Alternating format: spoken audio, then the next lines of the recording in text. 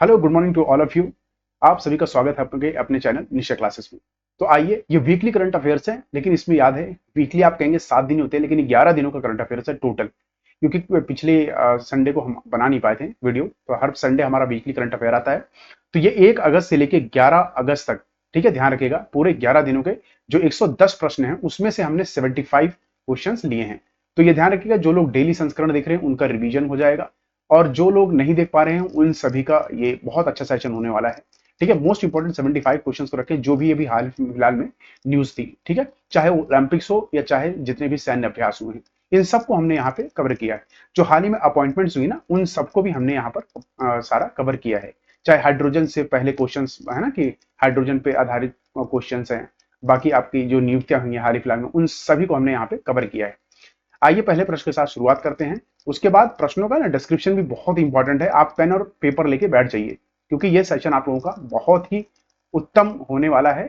चाहे यूपीपीसीएस हो, चाहे आरओ एआरओ, कोई भी एग्जाम आ रहा हो, तो ध्यान रखिएगा। अभी ना मैंने 6 महीने, पूरे 7 महीने बोल दीजिए, 7 महीने करंट अफेयर्स की एक वीडियो डाली, उसको आप जरूर देखिएगा, अगर जो लोग आरओ एआरओ या यूपी पीसीएस दे रहे हैं। बहुत ही इंपॉर्टेंट वीडियो है। आइए पहले प्रश्न के साथ शुरुआत करते हैं। पहला प्रश्न है, भारतीय सेना में चिकित्सक सेवा की पहली महिला महानिदेशक के रूप में किसे नियुक्त किया गया है? ए रश्मि शुक्ला, बी साधना सक्सेना नायर, सी सुमन कुमारी, या डी सिंधु गणपति। तो ध्यान रखिए, इसका सही उत्तर है बी, साधना सक्सेना नायर को भी हाल ही में इस पद पे अपॉइंट किया गया है। ठीक है, उसके साथ अगर आप ध्यान रखें तो रश्मि शुक्ला, याद रखिएगा, ये महाराष्ट्र की पहली महिला डीजीपी है। ठीक है, ये ध्यान रखिएगा। इसी के साथ सुमन कुमारी बीएसएफ की पहली महिला स्नाइपर है। ठीक है, ये ध्यान रखिएगा।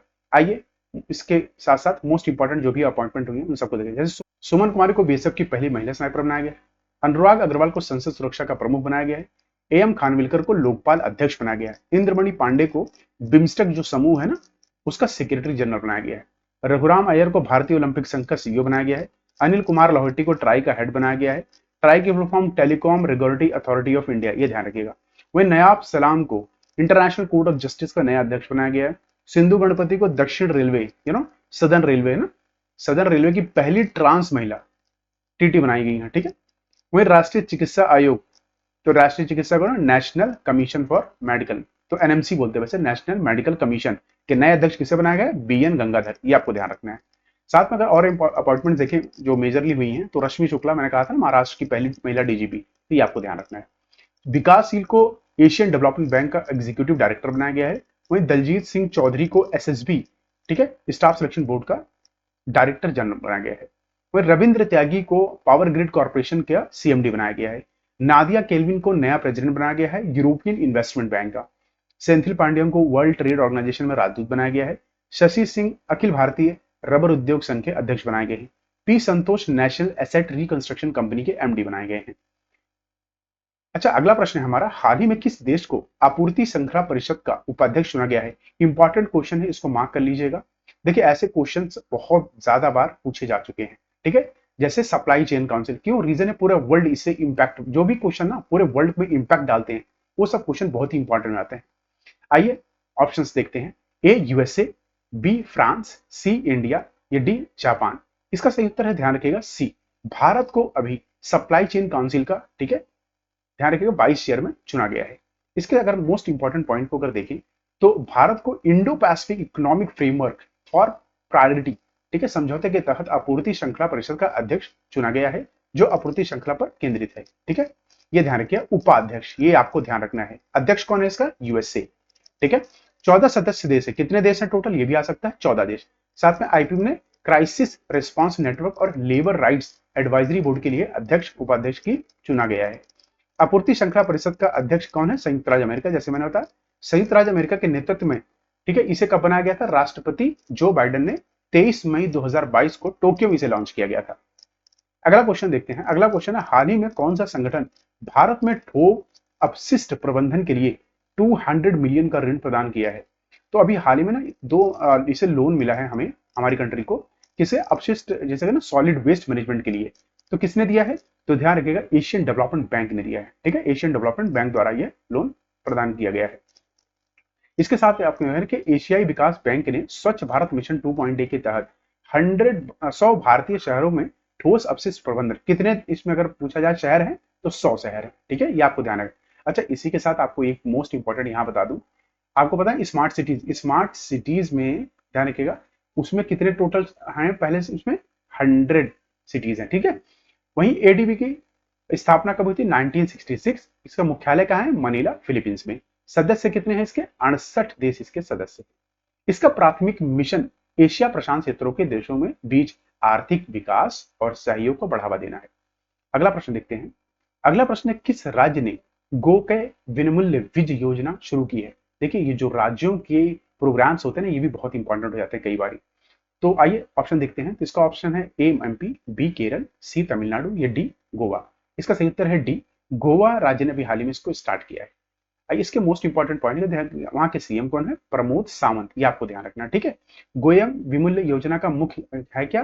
कि सालाना 4 से उससे कम इकाई की खपत करने वाले आवासीय उपभोक्ताओं करतों के लिए सौर रूफटॉप, ठीक है, इंस्टॉलेशन को बढ़ावा देना। तो रूफटॉप, जो सोलर रूफटॉप होता है ना, उसको कहीं ना कहीं बढ़ावा देने के लिए इसको लाया गया है। अगर पूछा जाएगा तो किससे रिलेटेड है, तो ध्यान रखिएगा सोलर एनर्जी से। इसका उद्देश्य क्या है? सौर रूफटॉप क्षमता को बढ़ाना है और आवासीय घरों और अपनी बिजली की उत्पादन करने के लिए सक्षम बनाना है। ये आपको ध्यान रखना है, यही मोस्ट इंपॉर्टेंट इसका पार्ट है। राज्यपाल कौन है यहाँ? पीएस श्रीधरन पिल्लई। ठीक है, अच्छा, गोवा की लोकेशन एक बार मैप पे देख ले, महाराष्ट्र है, ये आपका कर्नाटका, यहाँ पर ही है गोवा। ठीक है, कैपिटल इसकी पणजी है। नेक्स्ट क्वेश्चन है कि which country hosted historic 46th world heritage committee meeting? अभी हाल ही में ना ये 46वीं विश्व धरोहर समिति की मीटिंग अपना अभी मेजबानी की थी। किसने? ध्यान रखिएगा, इसका सही उत्तर है बी, भारत ने। इसके साथ ध्यान रखिए कि यूनेस्को के डीजे कौन है? पूछ लिया था, डायरेक्टर जनरल है ऑन्ड्रे अजोले।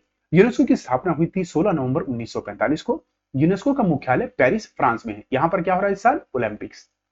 देखिए, कई लोगों का, बच्चों का ना ब्रेन बहुत फर्टाइल है, वो हम लोग जितनी देर में बीज बोते हैं ना, वो लोग फसल काट चुके होते हैं। सच में अभी का कंपटीशन ऐसा है ना कि अगर आप बहुत ज्यादा वेट करोगे ना, तो इसलिए कौन से आपको बीज लगाने पड़ेंगे? हाइब्रिड सीड्स लगाने पड़ेंगे, तभी जाके आपको कहीं ना कहीं उन्नति मिलेगी। अगला प्रश्न है, भारत का पहला क्यूसेक 5 स्टार रेटेड विश्वविद्यालय कौन सा है? वेरी इंपॉर्टेंट क्वेश्चन, ध्यान रखना है।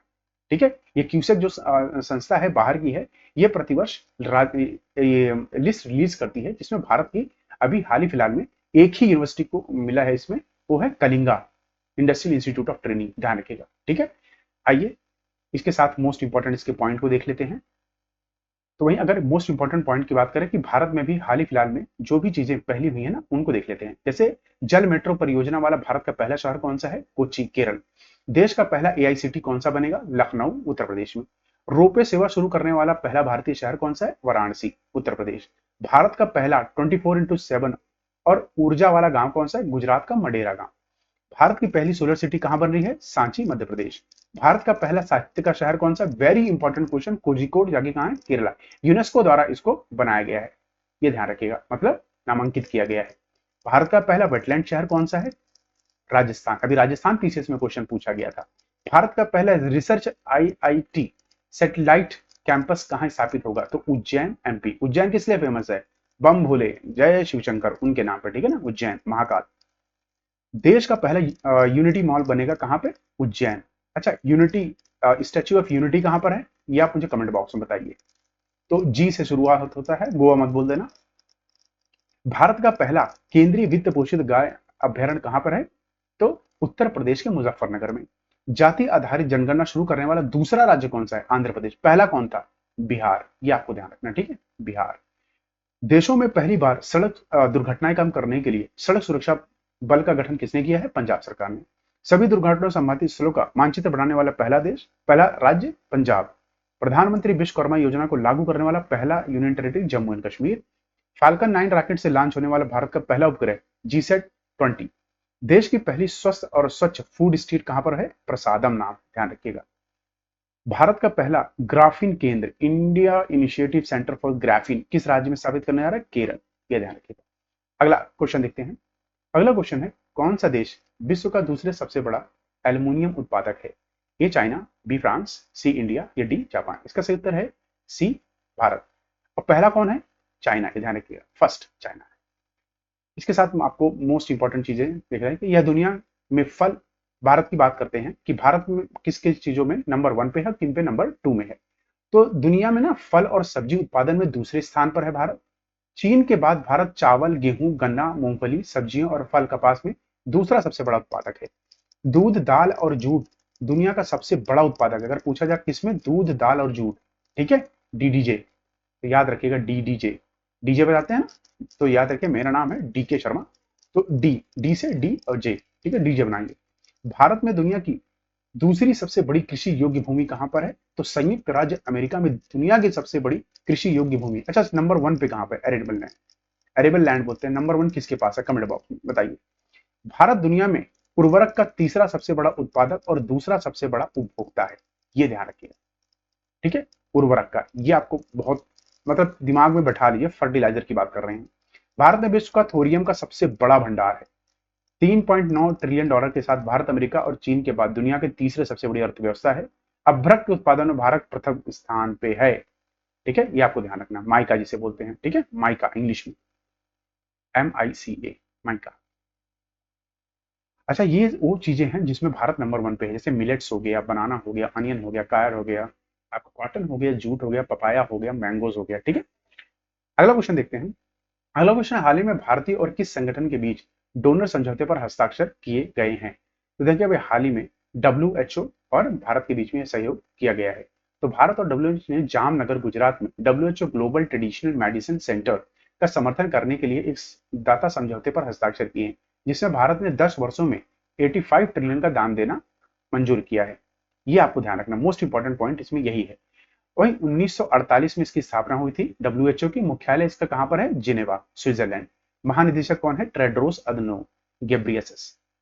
अगला प्रश्न देखते हैं, किस भारतीय शहर को विश्व शिल्प परिषद से वर्ल्ड क्राफ्ट सिटी सर्टिफिकेट प्राप्त हुआ है। वेरी इंपॉर्टेंट क्वेश्चन, और इसका सही उत्तर है सी, कश्मीर। ये ध्यान रखिए, कश्मीर को अभी हाल ही में ये प्राप्त हुआ है सर्टिफिकेट। वहीं अगर बात करें इसकी मोस्ट इंपॉर्टेंट पॉइंट की, तो केंद्र शासित प्रदेश जम्मू और कश्मीर की कश्मीर शहर को विश्व शिल्प परिषद द्वारा विश्व शिल्प शहर के प्रतिष्ठित प्रमाण पत्र से सम्मानित किया गया। कश्मीर विश्व शिल्प परिषद द्वारा विश्व शिल्प का शहर प्रमाण पत्र से सम्मानित होने वाला चौथा भारतीय शहर है। ये भी पूछा जाता है कौन सा शहर है, चौथा। अच्छा, और किस किस को मिला है, तो राजस्थान में जयपुर, तमिलनाडु में ममल्लापुरम, कर्नाटक में मैसूर को भी ये मिल चुका है। जम्मू कश्मीर के उपराज्यपाल है मनोज सिन्हा, ये ध्यान रखना है, ठीक है। आइए इसके साथ मोस्ट इंपॉर्टेंट पॉइंट, और आइए नेक्स्ट क्वेश्चन देख लेते हैं। तो नेक्स्ट क्वेश्चन है कि which city hosted the landmark event for Yuga Yugeen Bharat museum. दुनिया का सबसे, जैसे कहते हैं ना, ये दुनिया का सबसे बड़ा संग्रहालय बनने जा रहा है, ठीक है। और कहां बनेगा ये, नई दिल्ली, तो भारत की राजधानी नई दिल्ली में बनेगा।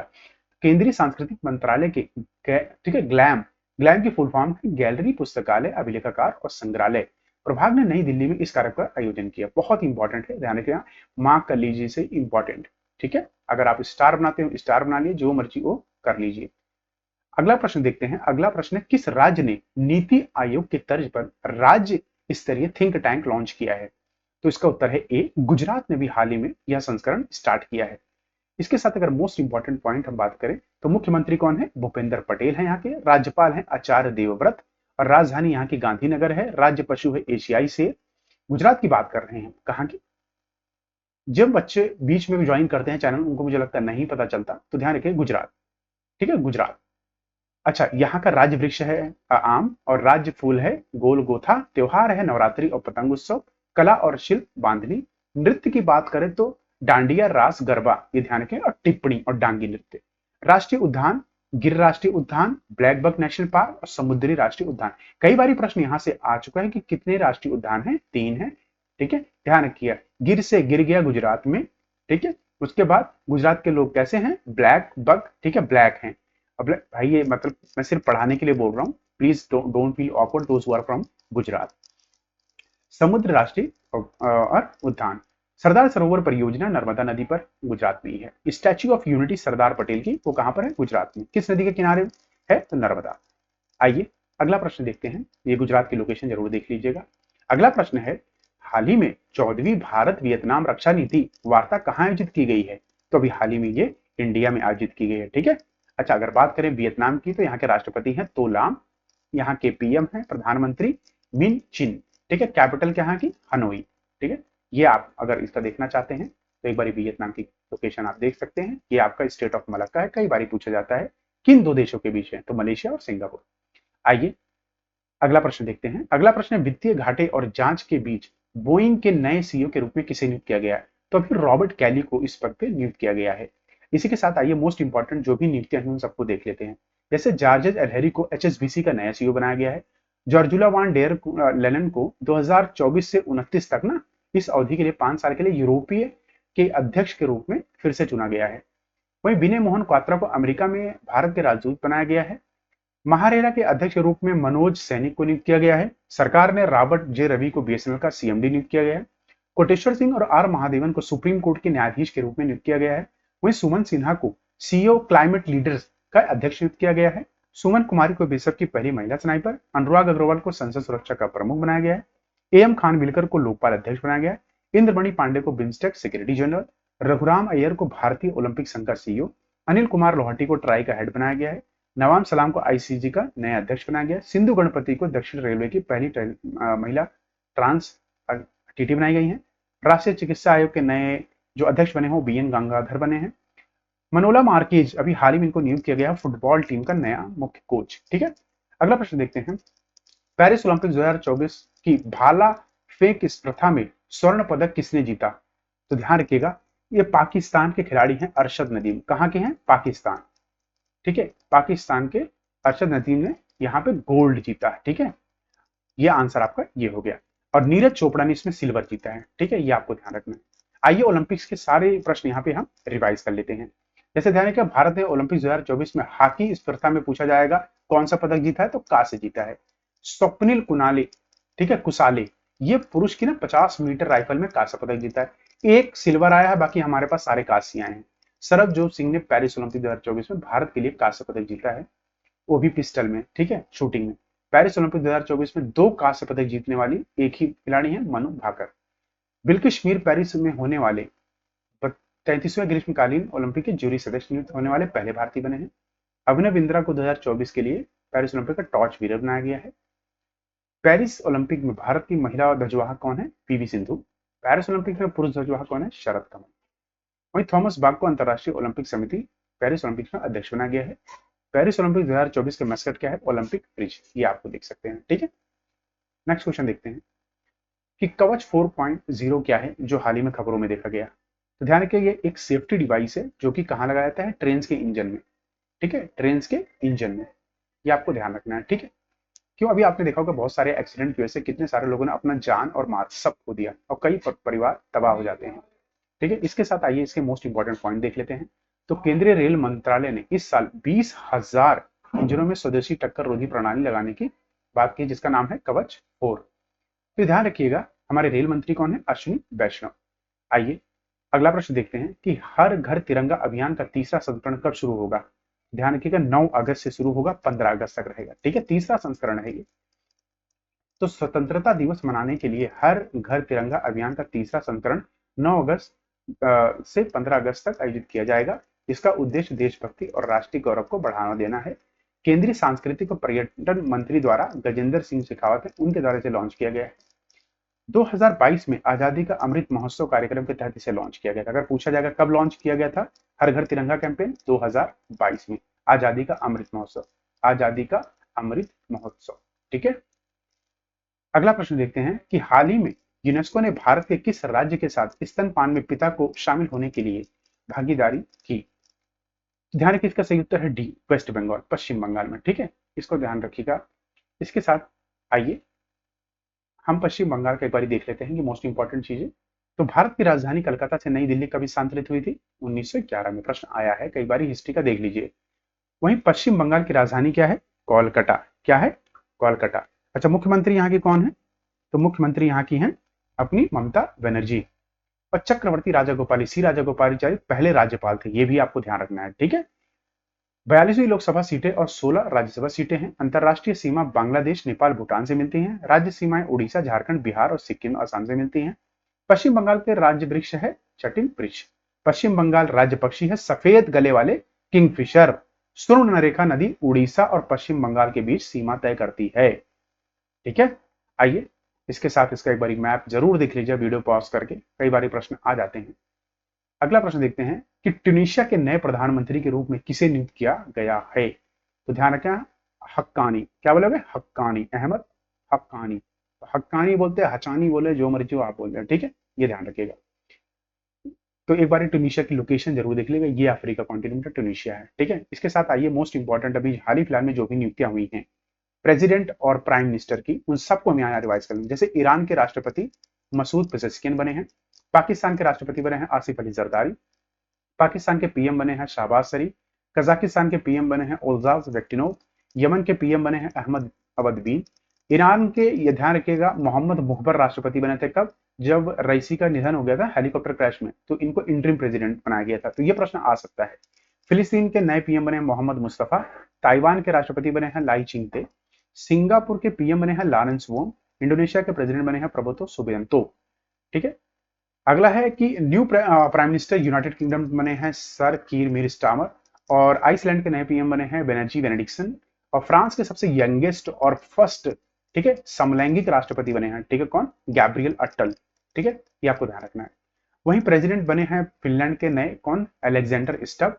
वहीं पुर्तगाल के नए पीएम बने हैं लुई मॉन्टेनेग्रो, आयरलैंड के नए पीएम बने हैं Simon Haris, president of Hungary बने हैं तमास सुलिया, और स्लोवाकिया के नए राष्ट्रपति बने हैं पीटर पेलेग्रिनी, और इजिप्ट के अभी नए राष्ट्रपति बने हैं तीसरी बार अब्दुल फतेह अल सीसी, ये आपको ध्यान रखना है, ठीक है।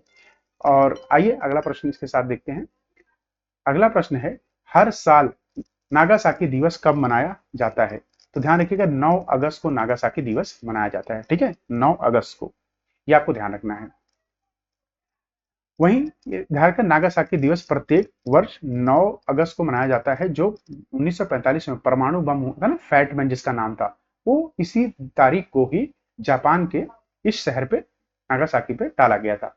तो इससे दूसरा जो विश्व युद्ध है ना, सेकंड वर्ल्ड वॉर, वो खत्म हो गया था इसके बाद। उसके कुछ दिन बाद ना एक और बम डाला गया था 11 अगस्त को, कहां पे? नागासाकी के बाद हिरोशिमा, कहां पे? हिरोशिमा, ये ध्यान रखना, ठीक है। आइए अगला प्रश्न देखते हैं कि कौन सा संगठन 15 अगस्त 2024 को अपना 55वां स्थापना दिवस मनाने के लिए तैयार है? तो इसरो इस साल अपना 55वां स्थापना दिवस मनाएगा। तो इसरो की स्थापना 15 अगस्त 1969 को हुई थी।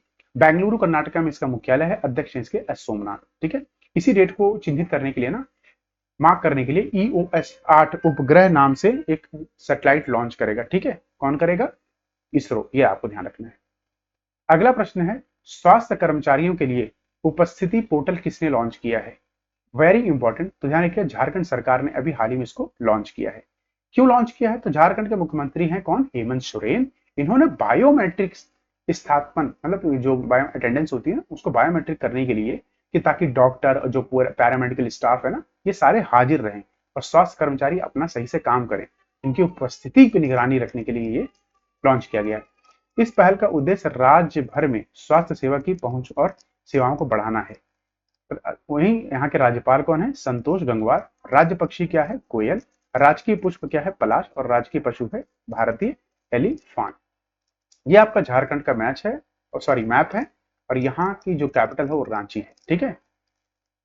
अगला प्रश्न हम देखते हैं। अगला प्रश्न है कि हाल ही में कौन सा राज्य आपदा जोखिम हस्तांतरण पैरामिलिट्री बीमा समाधान को लागू करने वाला देश का पहला राज्य बन गया है?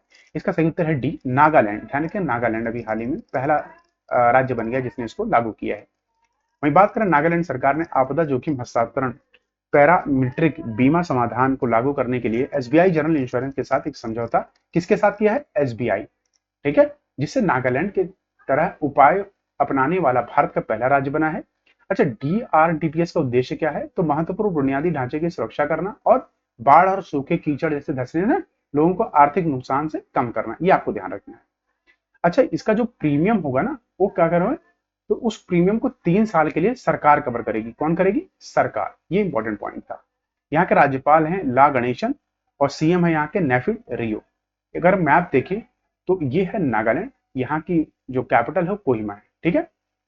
अगला प्रश्न देखते हैं। अगला प्रश्न है, कौन सा देश भारत का दूसरा सबसे बड़ा तरलीकृत प्राकृतिक गैस LNG आपूर्तिकर्ता बन गया है? तो ध्यान रखिए, USA बन गया है अभी हाल ही में, नंबर 1 रैंक है, और कतर की नंबर 2 रैंक है, ये आपको ध्यान रखना है। वही अगर मोस्ट इंपॉर्टेंट पॉइंट की बात करूं तो संयुक्त अरब अमीरत को पछाड़कर अमेरिका भारत का दूसरा सबसे बड़ा LNG आपूर्तिकर्ता बन गया है। कतर अभी भी LNG का सबसे बड़ा हमारे यहाँ इंपोर्टर है। 2023 में अमेरिका, कतर और ऑस्ट्रेलिया को पीछे छोड़ते हुए दुनिया का शीर्ष एलएनजी निर्यात बना, ये आपको ध्यान रखना है। अच्छा, एलएनजी एक प्राकृतिक गैस है, ठीक है। मुख्य रूप से इसमें मीथेन और जिसे CH4 कहते हैं, और इथेन, दो ही चीज होती है। अगला प्रश्न है, एक्सियोम 4 मिशन नासा और किस अंतरिक्ष एजेंसी का संयुक्त मिशन है? तो नासा और ये किसका है? इसरो का, ये ध्यान रखें, इंडियन स्पेस रिसर्च ऑर्गेनाइजेशन, ठीक है। इसके साथ इसकी मोस्ट इंपॉर्टेंट है, तो भारत ने अंतरराष्ट्रीय अंतरिक्ष स्टेशन MIS के लिए स्वर्ण सिद्धि 4, ये ध्यान रखना, ठीक है। एक्सियोम 4 जिसे बोलते हैं, तो कहाँ के लिए? इंटरनेशनल स्पेस स्टेशन के लिए। ग्रुप कैप्टन को चुना है कौन? शुभांशु शुक्ला, तो मेन मिशन पायलट होंगे, और कैप्टन प्रशांत बालाकृष्णन नायर इनके बैकअप पायलट होंगे, ये आपको ध्यान रखना है, ठीक है।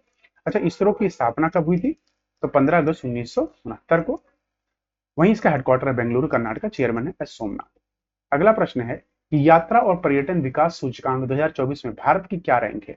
तो ध्यान रखिए, भारत की रैंकिंग अभी रिलीज हुई थी, तो इसमें भारत की रैंकिंग 29वीं बताई गई है। कितनी बताई गई है? 29वीं।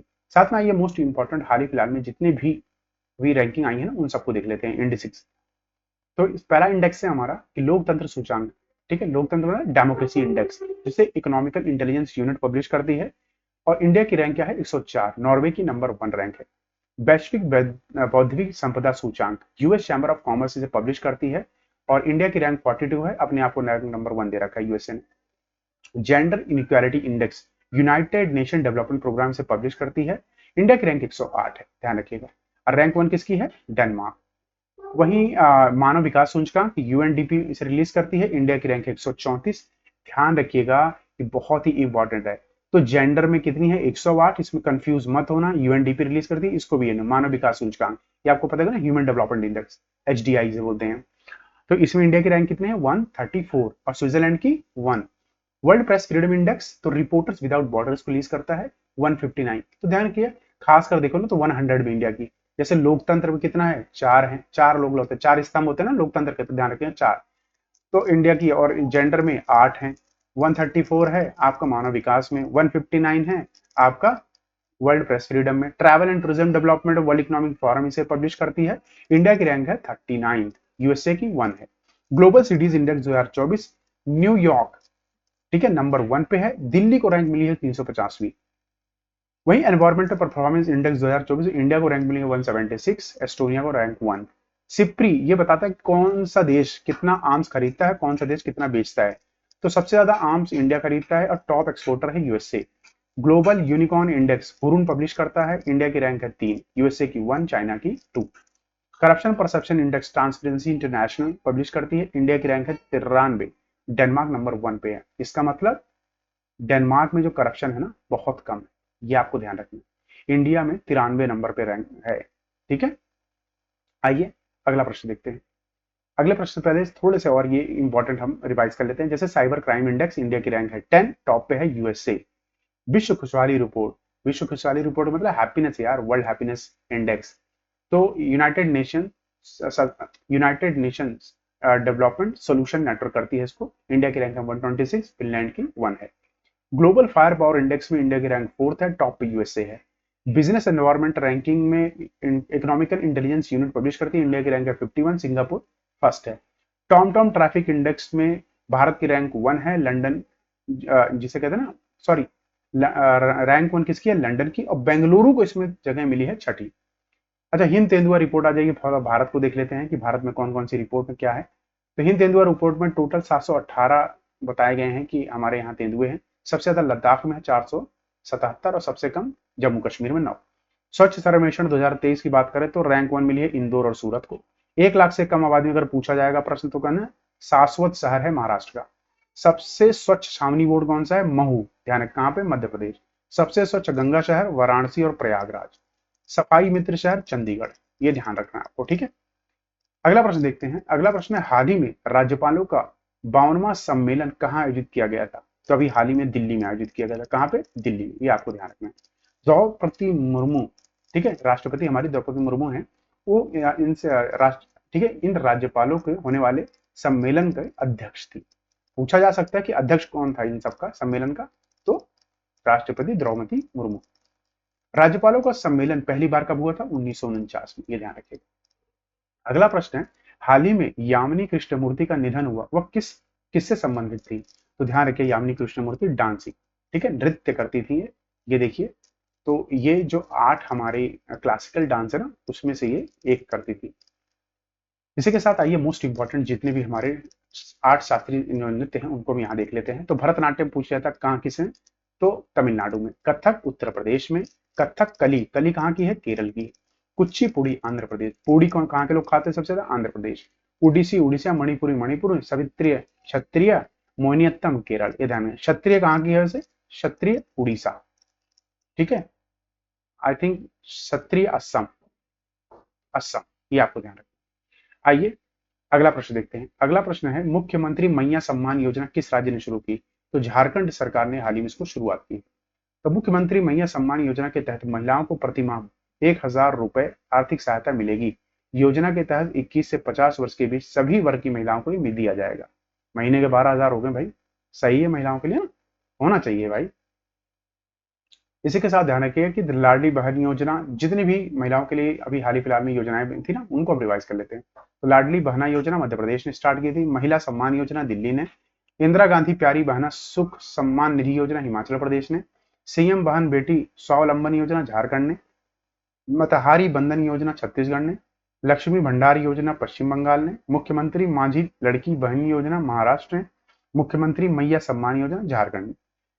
आइए अगला प्रश्न देखते हैं। अगला प्रश्न है हाल ही में भारतीय रिजर्व बैंक ने कर भुगतान के लिए यूपीआई सीमा को 1,00,000 रुपए से बढ़ाकर प्रति की लेन देन को कितना कर दिया है? तो ध्यान रखिए 5 लाख कर दिया भैया, आप यूपीआई से 5 लाख रुपए भेज सकते हो, ठीक है। इसी के साथ मोस्ट इंपॉर्टेंट इसके पॉइंट देख लेते हैं। तो इस कदम का उद्देश्य डिजिटल भुगतान को बढ़ावा देना है, पहली चीज, ठीक है, और करदाताओं को सुविधा प्रदान करना है। अच्छा, वहीं अगर बात करें यूपीआई की, तो भारतीय राष्ट्रीय भुगतान निगम द्वारा विकसित और भारतीय रिजर्व बैंक आरबीआई द्वारा विनियमित एक डिजिटल और रियल टाइम भुगतान प्रणाली है, ये ध्यान रखिएगा। इसे 11 अप्रैल 2016 को लॉन्च किया गया था। उपभोक्ता आधार यूपीआई का 424 मिलियन व्यक्तियों के द्वारा इस टाइम यूज किया जा रहा है भारत में। जुलाई 2021 में ना भूटान पहला देश बना था इसे अपनाने वाला। वहीं से टोटल 12 देशों ने अपना रखा। अगर पूछा जाए कौन सा देश पहला था, तो भूटान।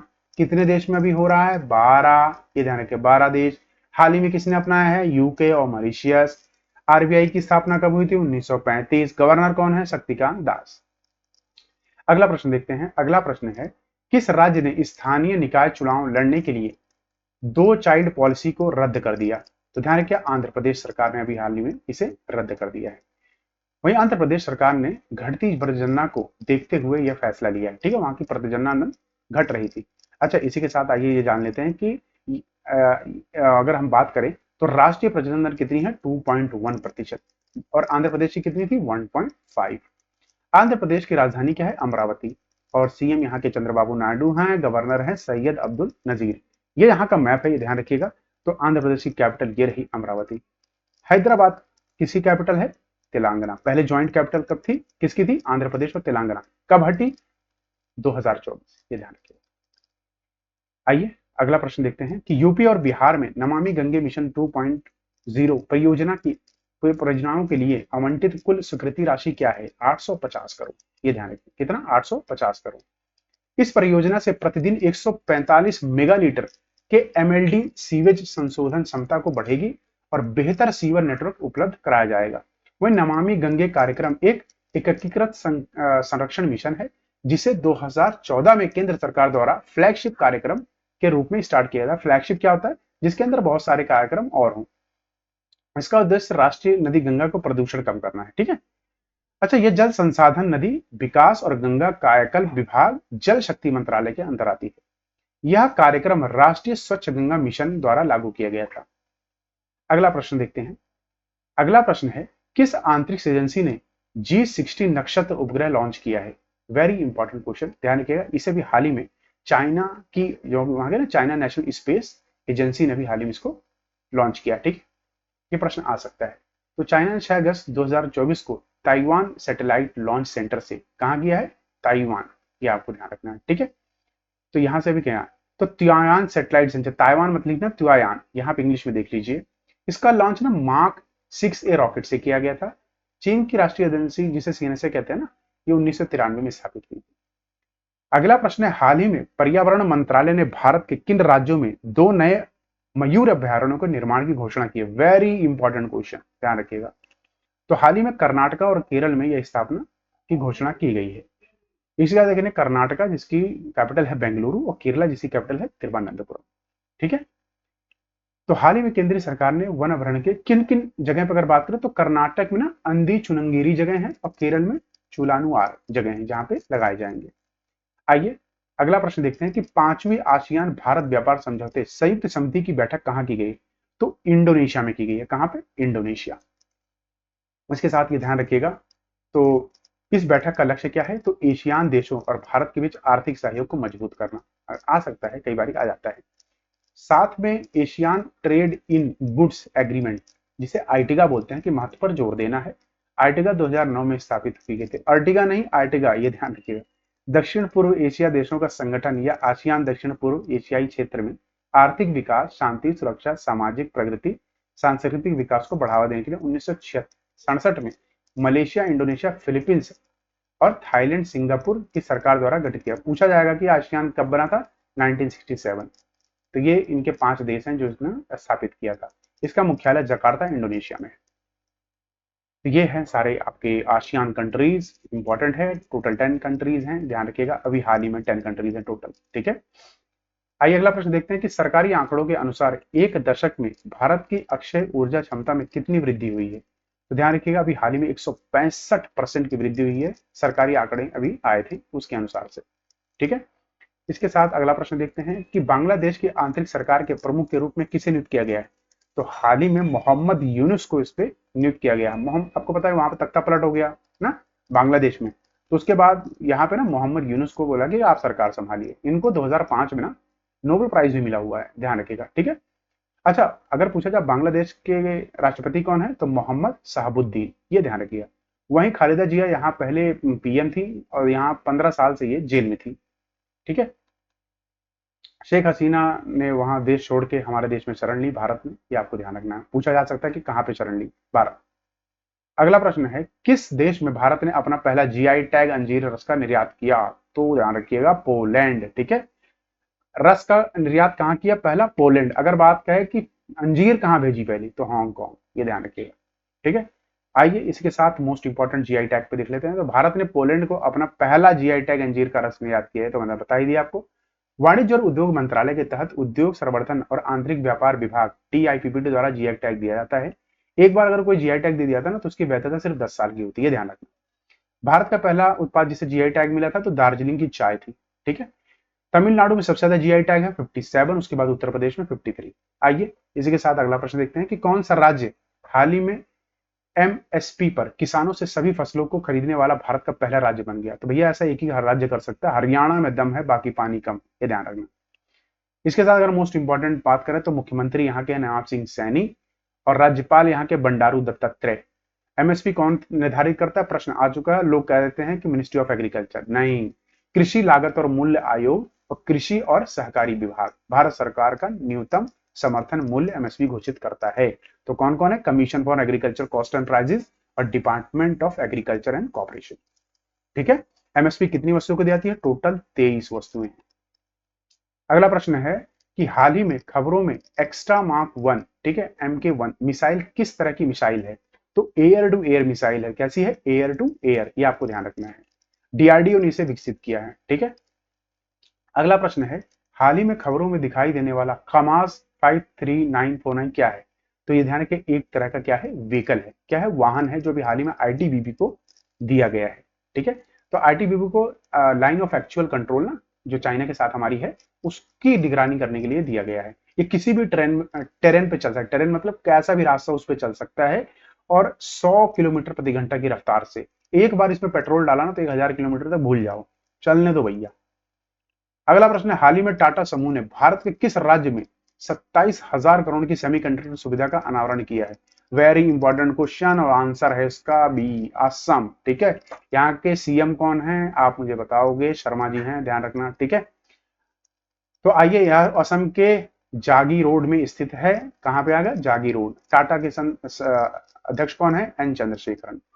सीएम हेमंत बिश्व शर्मा है यहाँ के असम के गवर्नर है लक्ष्मण प्रसाद आचार्य। पहले कौन था ये मुझे कमेंट बॉक्स में बताइए। अभी उनको पंजाब का बना दिया गया गवर्नर। कहाँ का? पंजाब प्रांत का। राजधानी है दिसपुर। ठीक है, गुवाहाटी मत लगाना। ये है हमारा, ठीक है, असम राज्य। आइए अगला प्रश्न देखते हैं कि कौन सा देश बिम्स्टेक बिजनेस समिट 2024 की मेजबानी करेगा। तो भाई पीएम करेंगे। कौन करेंगे? पीएम कहाँ के? इंडिया के, भारत करेगा। ठीक है, बिम्स्टेक की बात करें तो ध्यान रखिएगा कि अच्छा ये फोकस किस पे? इस बार फोकस है कनेक्टिविटी प्रोजेक्ट्स पे, बॉर्डर स्टेबिलिटी पे, ह्यूमैनिटेरियन असिस्टेंस पे। ठीक है, ये आपको ध्यान रखिएगा कि इस सीमा स्थिरता और मानवीय सहायता पर केंद्रित है। वहीं अगर बात करें bay of Bengal initiative for multi sectoral technical and economic cooperation, इसकी फुल फॉर्म जरूर याद रखें। इंग्लिश में आसान है, हिंदी में बड़ी टिपिकल हो जाती है, तो it's better to read it English and learn it in English rather than just try to just इसको यहाँ देख लीजिए बस हिंदी में। तो इंटरनेशनल ऑर्गेनाइजेशन है जिसमें Bangladesh, Bhutan, India, Myanmar, Nepal, Sri Lanka, Thailand है। ठीक है, कब हुआ था फाउंडेड? 1997। सेक्रेटरीट मतलब पूछा headquarter kind of Dhaka, Bangladesh. तो ये पूरा इसका मैप है। इंडिया ये रहा आपका, बाकी ये सारी कंट्रीज हैं। ठीक है, do mark it on your flat, just take a flat paper and make a rough map of India and try to locate all these countries on that. Okay, why I'm saying this? Because after that you will get to know, and you will learn it that how to mark all the points on the map. Okay, so let's move to the next question. तो भेल द्वारा भारत का पहला methanol आधारित gas turbine plant कहाँ स्थापित किया जा रहा है? तो इसका सही उत्तर है, ध्यान रखिएगा, डी, केरल में। कहाँ पे? केरल राज्य में। ठीक है, तो भारत का हैवी इलेक्ट्रिक्स लिमिटेड केरल के एनटीपीसी के 350 मेगावाट यमकुलम संयंत्र बिजली संयंत्र भारत की पहली मेथनॉल से चलने वाली गैस टरबाइन लगाएगा। पहली है, ध्यान दें, मेथनॉल से चलने वाली, केरल में। अच्छा, राज्यपाल कौन है? आरिफ मोहम्मद खान। सीएम है पिनराई विजयन। राजधानी है तिरुवनंतपुरम। राज्य पशु है हाथी। राज्य पक्षी है ग्रेट हॉर्नबिल। अगला प्रश्न है, हाल ही में खबरों में देखा गया ग्लिबियोस्टोमा क्या है? वेरी इंपॉर्टेंट क्वेश्चन, मार्क कर लीजिए। तो ध्यान रखिए, ये क्या है? A type of a brain and spinal cord cancer. मस्तिष्क या रीढ़ की हड्डी में एक कैंसर का प्रकार है, ये ध्यान रखिए। तो क्यों होता है ये होता है क्या? देखो, ये होता क्यों है अगर पूछा जाए कि तो ऑब्वियस है यार, कैंसर का पता आज तक नहीं लगा पाया कि क्यों होता है कैंसर। ठीक है, खैर इस पे होता है तो उसका असर क्या होता है? तो ग्लिबियोस्टोमा में ना जो होता है कि तंत्रिका जो कोशिकाएं होती है ना, कि कोशिकाएं होती हैं कि अगर आप देखोगे ना, ब्रेन आपका ना स्पाइनल कॉर्ड जो आपका, तो डीएनए म्यूटेशन हो जाती है, ओरिजिनेटिंग फ्रॉम एक्रोस्टिबुलेट and the supports nerve cells, आपके नर्व सेल को डैमेज कर देता है कहीं ना कहीं। तो ये अपनी जो ब्लड सप्लाई है खुद बनाता है और आपके ना हेल्थी टिश्यूज को इन्वेड, खत्म कर देता है कहीं ना कहीं। आइए अगला प्रश्न देखते हैं। अगला प्रश्न है, हाल ही में किस एशियाई देश में हुआ सैन्य तख्ता पलट? अभी मैंने आपको बताया था कुछ देर पहले, तो बांग्लादेश। प्रश्न ऐसे घुमा के भी आ सकता है, बांग्लादेश, ध्यान रखिए। कू की स्पेलिंग देख लीजिए, कू, तख्ता पलट बोलते हैं। ठीक है, आइए इसी के साथ और देख लेते हैं कि कहां कहां तख्ता पलट हुआ था। 1968 में सद्दाम का हुआ था। 1969 में गद्दाफी का हुआ था, पता ही होगा आपको। इन्होंने तख्ता पलट किया था, सॉरी, इन्होंने तख्ता पलट करके अपनी सरकार बनाई थी। 1990 परवेज मुशर्रफ ने पाकिस्तान में तख्ता पलट कर दिया था। 2022 में श्रीलंका में जनता ने ही तख्ता पलट कर दिया था। अब 2024 में, भगवान न करें ऐसा भारत में हो कभी, लेकिन देखते हैं। भारत में तो हो नहीं सकता, इम्पॉसिबल है, क्योंकि भारत के लोग इतने खून के प्यासे हैं नहीं। चाहे हिंदू हो, चाहे मुस्लिम हो, कोई भी हो, भारत में सब बड़े प्यार से रहना जानते हैं। ठीक है, वो तो बस थोड़े दिन की होती है यार, नेता लोग आपस में भिड़ा देते हैं, लोग लड़ते हैं। अदरवाइज यहाँ कोई ना लड़ता नहीं है। मेरा पड़ोसी है, जो भी है, मेरी कॉलोनी में बहुत सारे मोहम्मद रहते हैं, बट हाँ बड़े प्यार से रहते हैं यार, बहुत प्यार से। आइए इसी के साथ अगला प्रश्न देखते हैं। अगला प्रश्न है, हाल ही में भारत और किस संगठन ने हरित राष्ट्रीय राजमार्ग परियोजना समझौते पर हस्ताक्षर किए? अगला प्रश्न है, हाल ही में भारत और किस संगठन ने हरित राष्ट्रीय राजमार्ग परियोजना समझौते पर हस्ताक्षर किए हैं? तो अभी वर्ल्ड बैंक ने किया है, ध्यान रखिएगा, भारत के साथ। इसका उद्देश्य क्या है? तो भारत और विश्व बैंक ने 500 मिलियन डॉलर के ऋण सहायता के लिए हिमाचल प्रदेश, राजस्थान, उत्तर प्रदेश और आंध्र प्रदेश, 4 ऐसे राज्य हैं जहां पे 718 किलोमीटर की दूरी तय करने वाला ग्रीन नेशनल कॉरिडोर बनाया जाएगा। वेरी इंपॉर्टेंट, कितने राज्य? 4 राज्य। कितना मूल्य? 500 मिलियन। कौन? West world bank. ठीक है, सॉरी यहां लिख देते हैं साफ साफ, वर्ल्ड बैंक। ठीक है, इसी के साथ ध्यान रखिए, विश्व बैंक एक अंतरराष्ट्रीय वित्तीय संस्थान है।